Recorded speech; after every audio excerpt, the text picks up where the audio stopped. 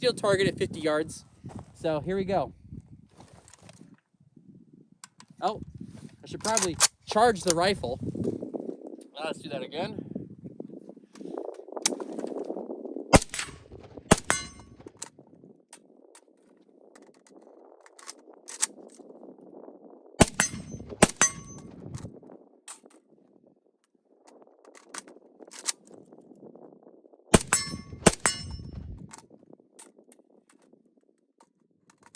Ah, shit.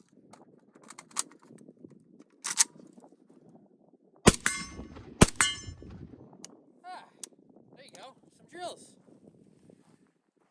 All right, dumb reloads. Let's see if I can do this without effing it up too bad. Oh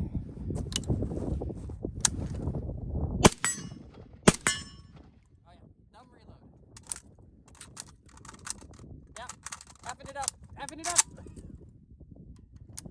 All right. All right. Yeah.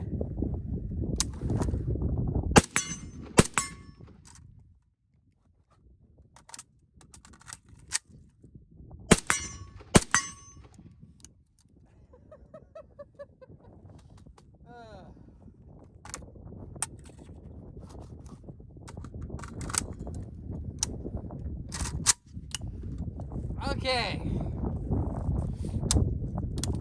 Let's do one more here.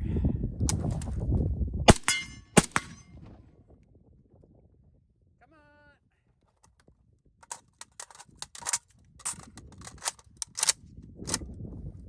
Oh, shit.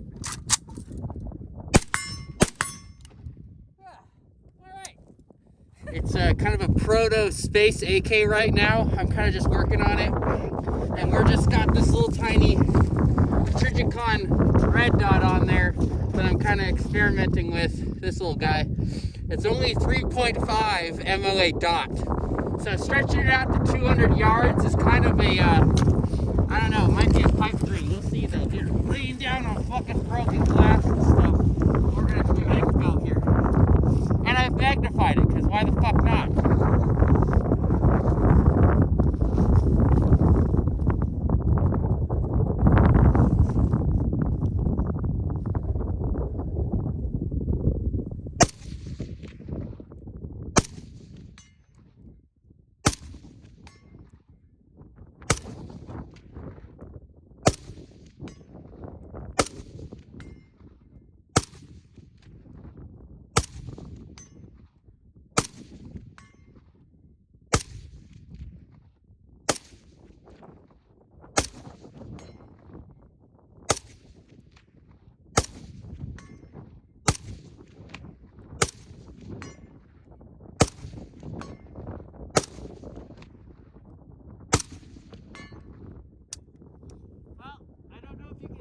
But I'm making hits. 200 yards. It's pretty awesome.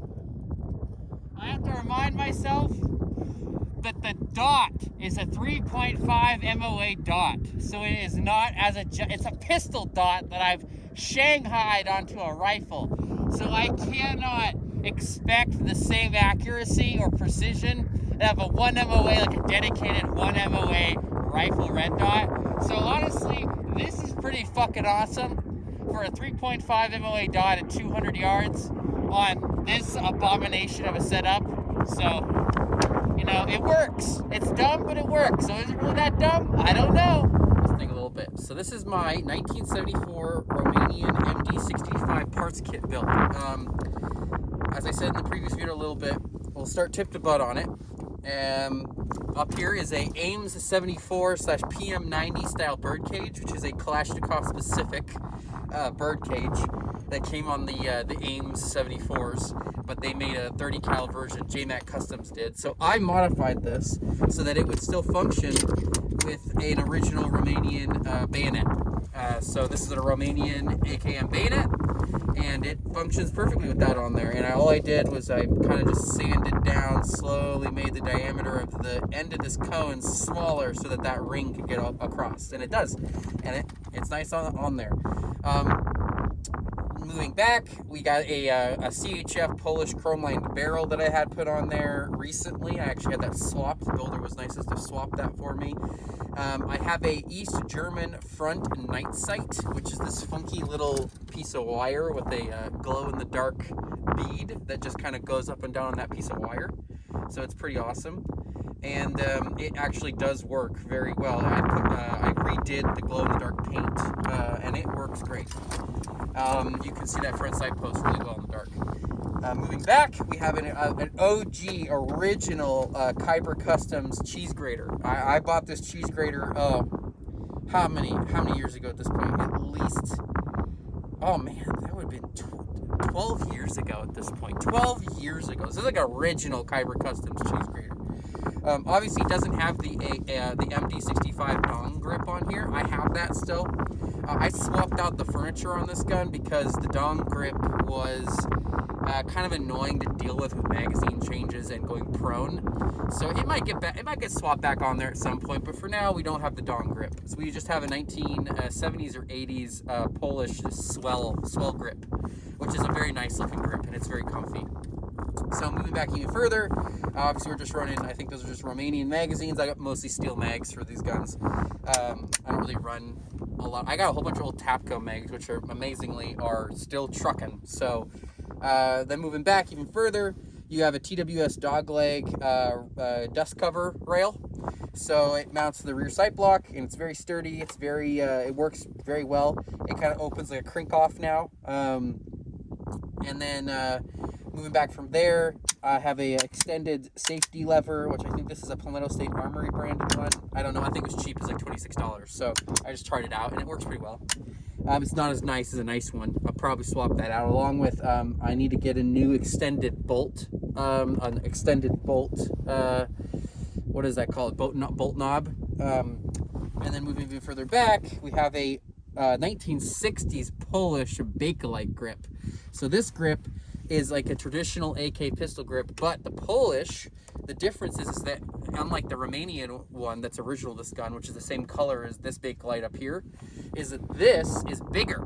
They made them fatter, so they're wider, they're longer, they're bigger, but they still have this original aesthetic, which I like because it fills my stupid gorilla hands better, and I like the original aesthetic of these grips. Moving to the inside of the gun, you have a AGL lightning bow trigger, an AGL heavy recoil spring, and a rubber buffer pad, one of those little rubber buffers. A good AK does not require one of those rubber buffers. Those became a thing because of some of the older guns when they first started making these and like, importing crappy Century Arms ones that weren't good. They had like rail jump issues and other things, and so they stuck a freaking rubber buffer in there to fix their shitty manufacturing standards. They're not required, but in a gun like this, putting that rubber buffer in just softens up the recoil impulse. You're like, why do you want to soften the recoil impulse? Well, AKs don't recoil that bad, you're right, but I like it because it just makes this gun way nicer to shoot, way easier to stay on target, and it also just lessens the wear and tear on the internal parts of this gun.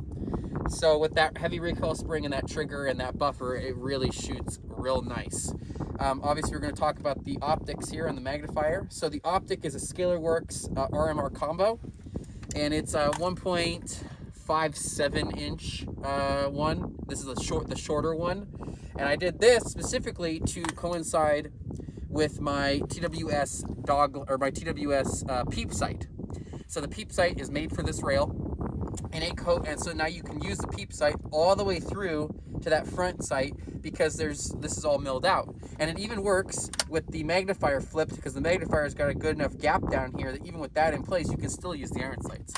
The magnifier is a Juliet 3 Micro, which is a 6-hour magnifier. It's a piece of Chinese goodness, but it's fine. It's just magnifying.